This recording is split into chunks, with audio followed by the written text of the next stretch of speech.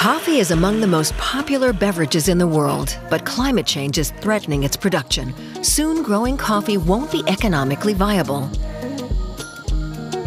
There are prices that in no way do justice to the work involved in growing coffee. We need a different approach. How can the livelihoods of millions of coffee farmers be saved? And with it, our cappuccino and espresso too.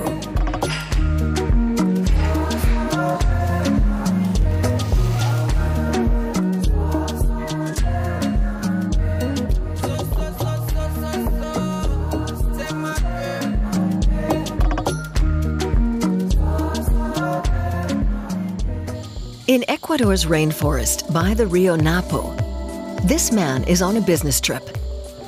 Hola, muy buenos días. But he's not your stereotypical businessman. Andreas Felsen is concerned about people, not just the bottom line.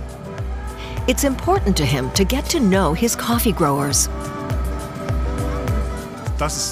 We're meeting with one of our two partners here in the region, in the Amazon lowlands. We visit these cooperatives regularly, twice a year. That's necessary to build trust and maintain the relationship with them.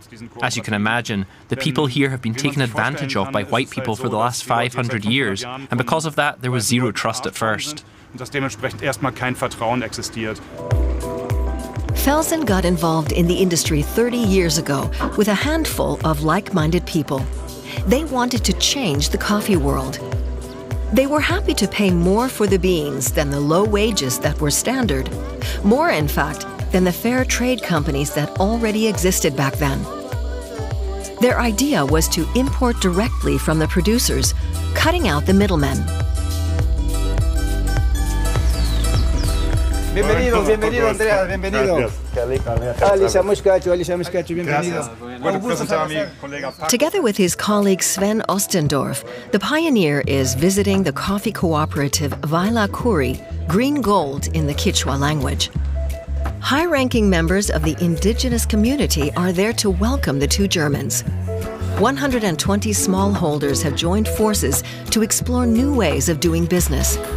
The initiative was set up by Augusto Salazar. It's the middlemen who profit the most. That's why small producers like us have banded together, to be stronger and to be able to guarantee consistent quality and yields. They are worried about a new EU regulation that only allows imports of products such as coffee that have not involved any deforestation since December 2020. The Quechua take no part in destructive practices like forest clearing, but how can they prove that? A topic of discussion with their German partners. The European Union passes laws like that because it doesn't trust you as producers. Yet we indigenous peoples guarantee a sustainable, environmentally friendly cultivation. The EU regulations are intended to stamp out practices that were common in recent decades. Forests were frequently cleared to make way for coffee plantations, some 100,000 hectares a year worldwide. That's because harvesting machines are more easily deployed in large fields where nothing else grows except coffee. They replace the work of hundreds of pickers. But monocultures require an enormous amount of fertilizer, and that damages the environment. Deforestation, like in Brazil, also releases huge amounts of CO2. In the hot sun, the coffee plants also cannot survive without irrigation, and that too has an enormous impact on natural resources. 1 cup of coffee alone requires an average of some 130 liters of water. That's nearly a whole bathtub. And 80 grams of harmful greenhouse gases are emitted into the atmosphere per cup, the equivalent of driving half a kilometer by car. Here, by the Rio Napo in northern Ecuador, indigenous coffee growers work in a completely different way, including Oscar Grefa. What a difference when you walk in here. Already feels milder. Pleasant. It's a big difference in the humidity and shade. The cultivation methods used by the indigenous Quechua community are hailed worldwide as a shining example of agroforestry. The trees provide the coffee plants with shade while preserving biodiversity, the alternative to big monocultures. We always work with the trees here. We call the system chakra. It's traditional agroforestry. The trees help supply nutrients to the soil, which other plants absorb. They produce more fruit that way. For us, it's important to have trees, medicinal plants, and other plants that we can eat. These coffee plants thrive in the leafy shade of other trees. The air is cooler and the soil more moist. Banana plants or cacao trees provide shade, for example, and an additional income stream. A certain combination of plants also makes for more nutrient-rich soil, which benefits the coffee plants. That way, they need less fertilizer, little irrigation, and are less vulnerable to pests. Plus, a healthy forest stores a lot of CO2 and preserves biodiversity.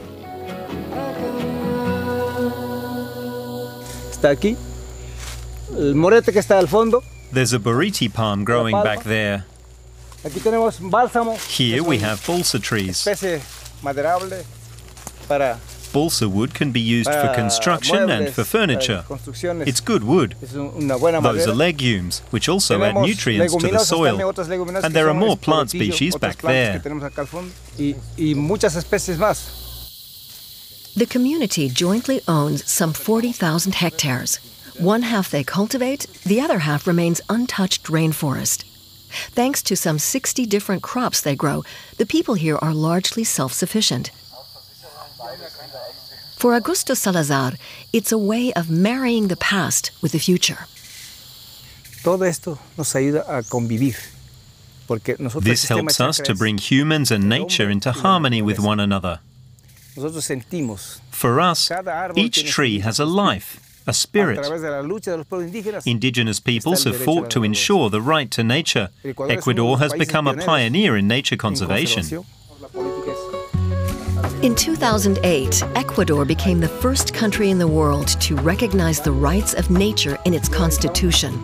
That meant, for example, halting plans to expand gold and copper mining. But nature conservation is most successful when people's livelihoods are secured. Andreas Felsen is doing his part with his socially minded enterprise.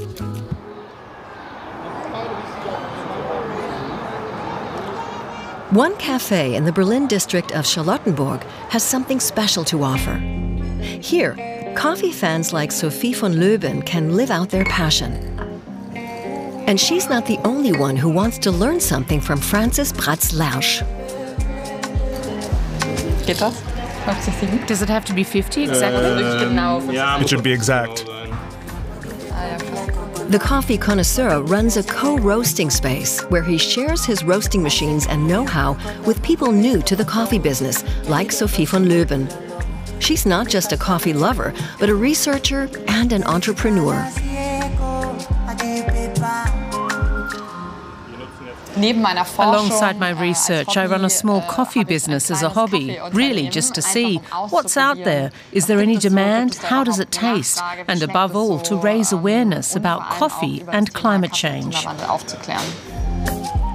It's become very popular for people to roast their own beans. But across the industry, many are concerned about how climate change is impacting coffee cultivation. I'm worried that there might be no coffee one day. That's why I'm passionate about supporting every project that comes to us. So coffee that's produced sustainably and transparently gets sold in Germany. Sophie von Löben is experimenting with varieties of coffee that can cope with climatic extremes. One in Uganda is showing potential. We can only advise the farmers to produce it when we know there's a market. We can't just tell them to switch to it if no one will ultimately want it. That's why taste is so important, and considering how we can improve it. Coffee that withstands difficult climatic conditions and tastes good, that's her goal. Different varieties are tasted and compared at cupping events. Coffee has hundreds and hundreds of aromas, twice as many, in fact, as wine. Which coffee do you find most exciting? From the first smell, I'd probably say number 18. I don't know, let's see.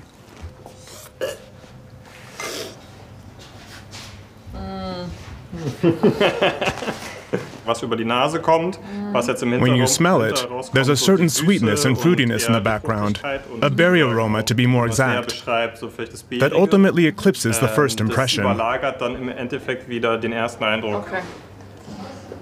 But what you taste first? Yeah, it's not bad. 18, right? Yeah. Some lesser-known types of coffee beans could have what it takes. With a little bit more experimentation, some of them could really sell.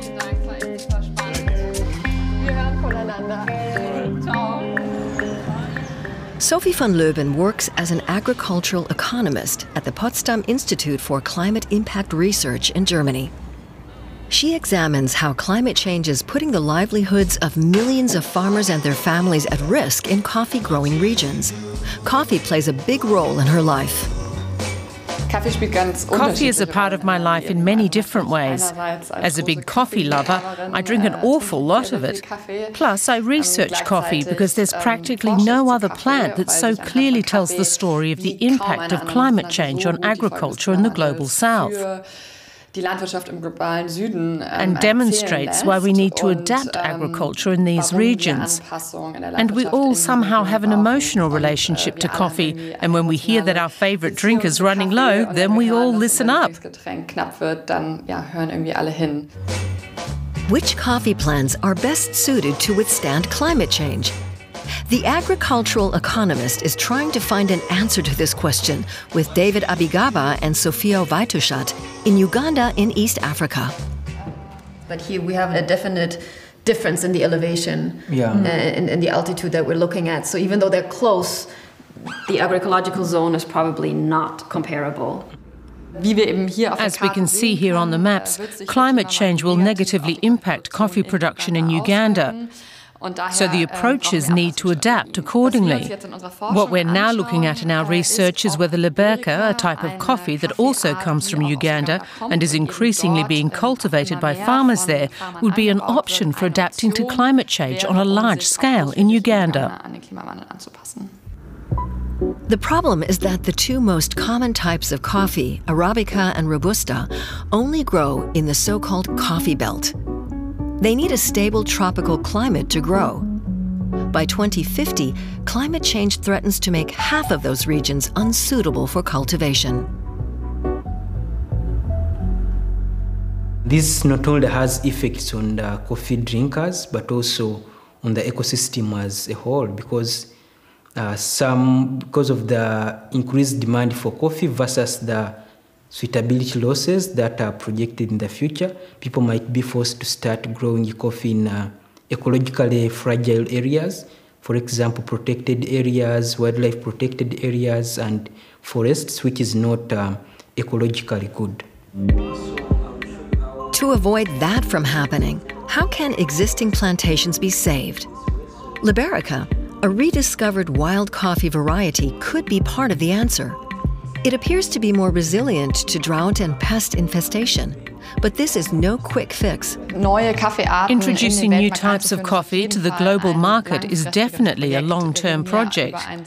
We're talking about systemic change, which needs time, not least because the coffee plant is a tree.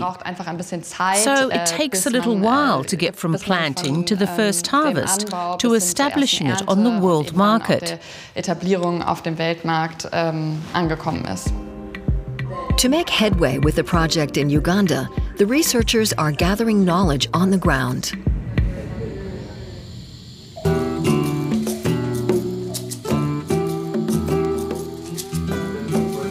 In South America, Ecuador is also part of the tropical coffee belt. Hamburg-based importer Andreas Felsen regularly visits his business partners. This coffee cooperative recently invested in these drying beds. We wash the coffee twice and that's it.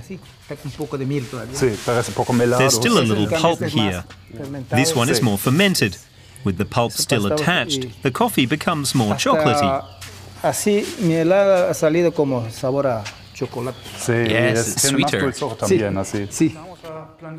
Buyers are prepared to pay more for high-quality coffee when it caters to different tastes. The collaboration between the pair has more than doubled the income of the coffee farmers here. This is a ventilated tent. The air can get in and circulate quite well. These nets beneath the coffee are made of plastic. The coffee dries slowly and evenly here. This is about the most modern system we can imagine having. It doesn't run on electricity or gas. It's nice and slow. This slow drying process means that the coffee not only arrives at our plant in very good quality, but that it also retains its quality for longer. In contrast to other producers, the coffee cooperative doesn't have to shoulder the risks of such investments alone. Felsen pays in advance, 6 months before the harvest. This was a good year. He'll receive over 14 tons, or 210 sacks.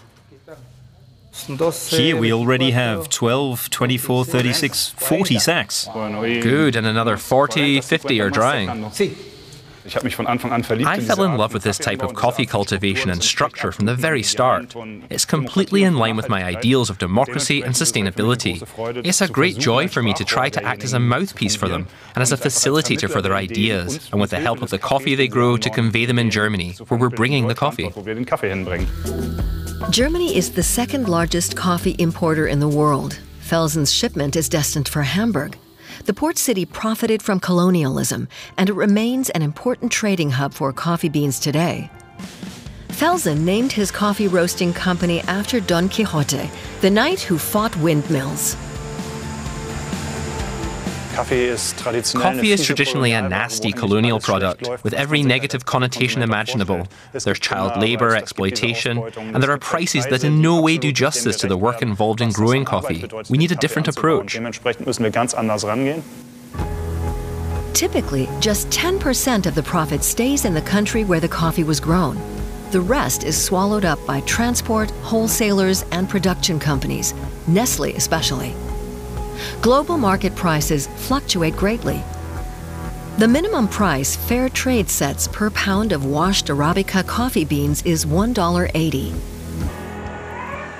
According to fair trade, the price would have to be significantly higher to actually secure people's livelihoods. In Peru, for example, it would have to be $2.50 per pound. Andreas Felsen pays about $3.50, and his business is still doing well. From the start, our output has grown on average by 10 tons a year amid rising demand. But demand has always been much bigger than our production capacity, so it's unthinkable that we'll ever be able to meet the demand. With our direct trade and our transparent policies, to show this is not some idealistic pipe dream. It was always important for us to function commercially, to be economically successful. In Uganda, Sophie van Leuben is on the road with Tony Mugoya, the head of a Coffee Farmers Alliance, to find out more about the Liberica bean. One thing that I would like to capture a little bit better again is actually the yields. 70% of the farmers said that one of the reasons they're growing Liberica is because of the higher yields. Yes, there's a difference between yield potential and the average yield. Yeah.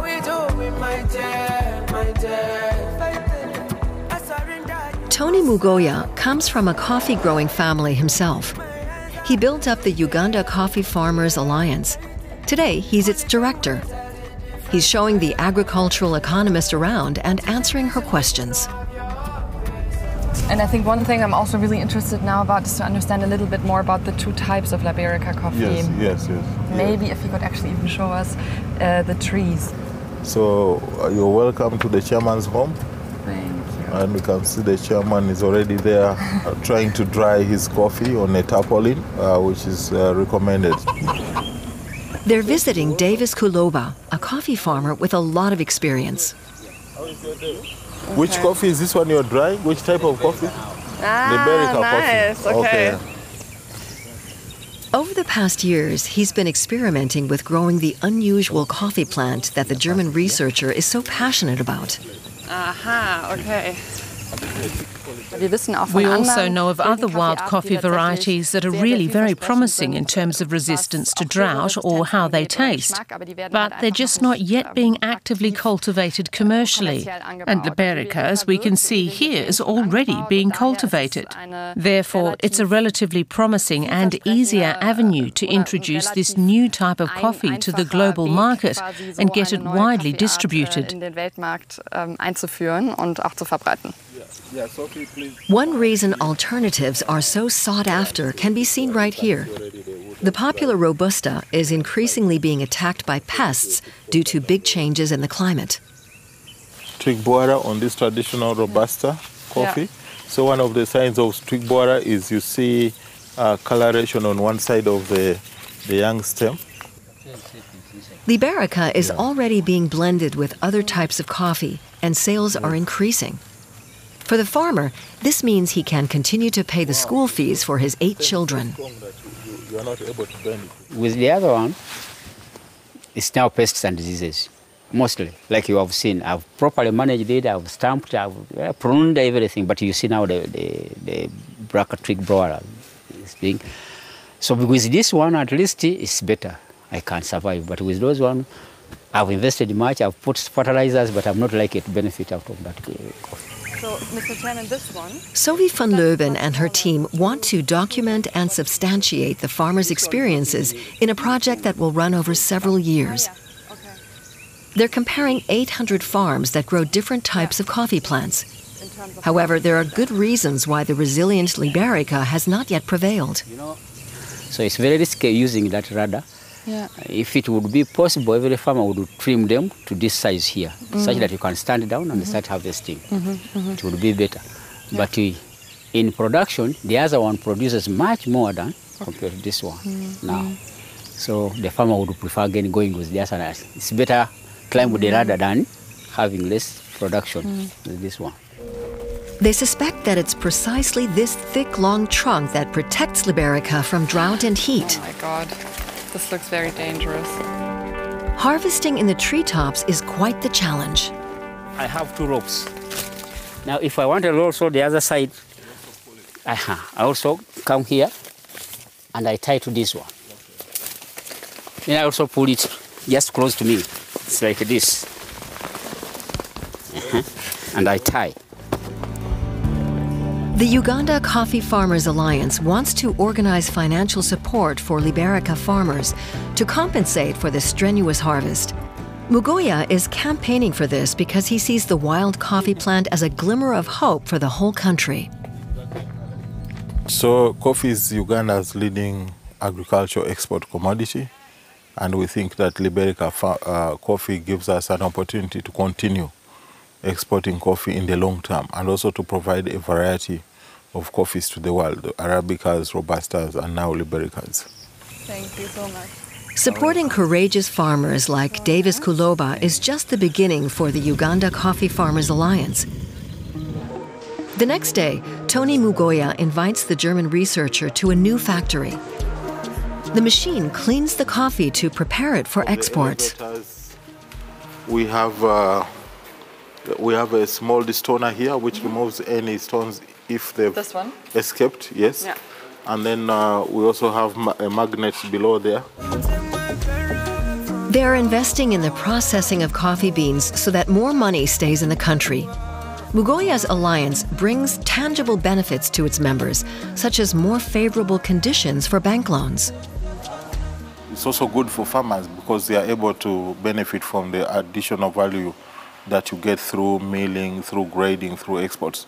Every stage has an increase in price that goes back to the farmer. So this is a value addition opportunity for our farmers who are around this factory. They're testing whether Liberica beans can be processed in the same way as more common varieties. If so, they wouldn't have to invest in new machines, and Liberica could be brought to market more quickly. Does this variety offer hope for the future of coffee? It looks as if Liberica coffee can be processed using the same machines as Robusta coffee. And that's good, because if the farmers grow the coffee to the highest standards and then it's processed here to the highest standard, then there's a good chance that the end product will be high-quality coffee that tastes good.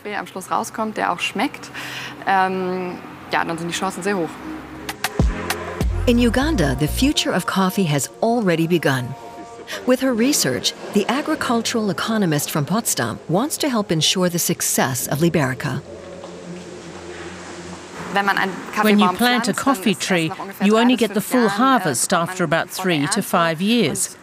A coffee tree is harvested for an average of 30 years, often even longer. That means that the coffee that we plant today is the coffee we'll be drinking in 2050, perhaps beyond that. And that's a time when we already have very frightening climate predictions. That's why it's so important that we act now. The people here want to keep their jobs, the country its exports, and coffee fans their cappuccino. The sustainable coffee from the Ecuadorian cooperative has arrived in Germany. Importer Andreas Felsen is delivering it personally. Coffee from Ecuador. Fantastic. Let's put it down here. Fairness is a central tenet of this small roastery in Lüneburg, also guaranteed by Andreas Felsen's direct imports.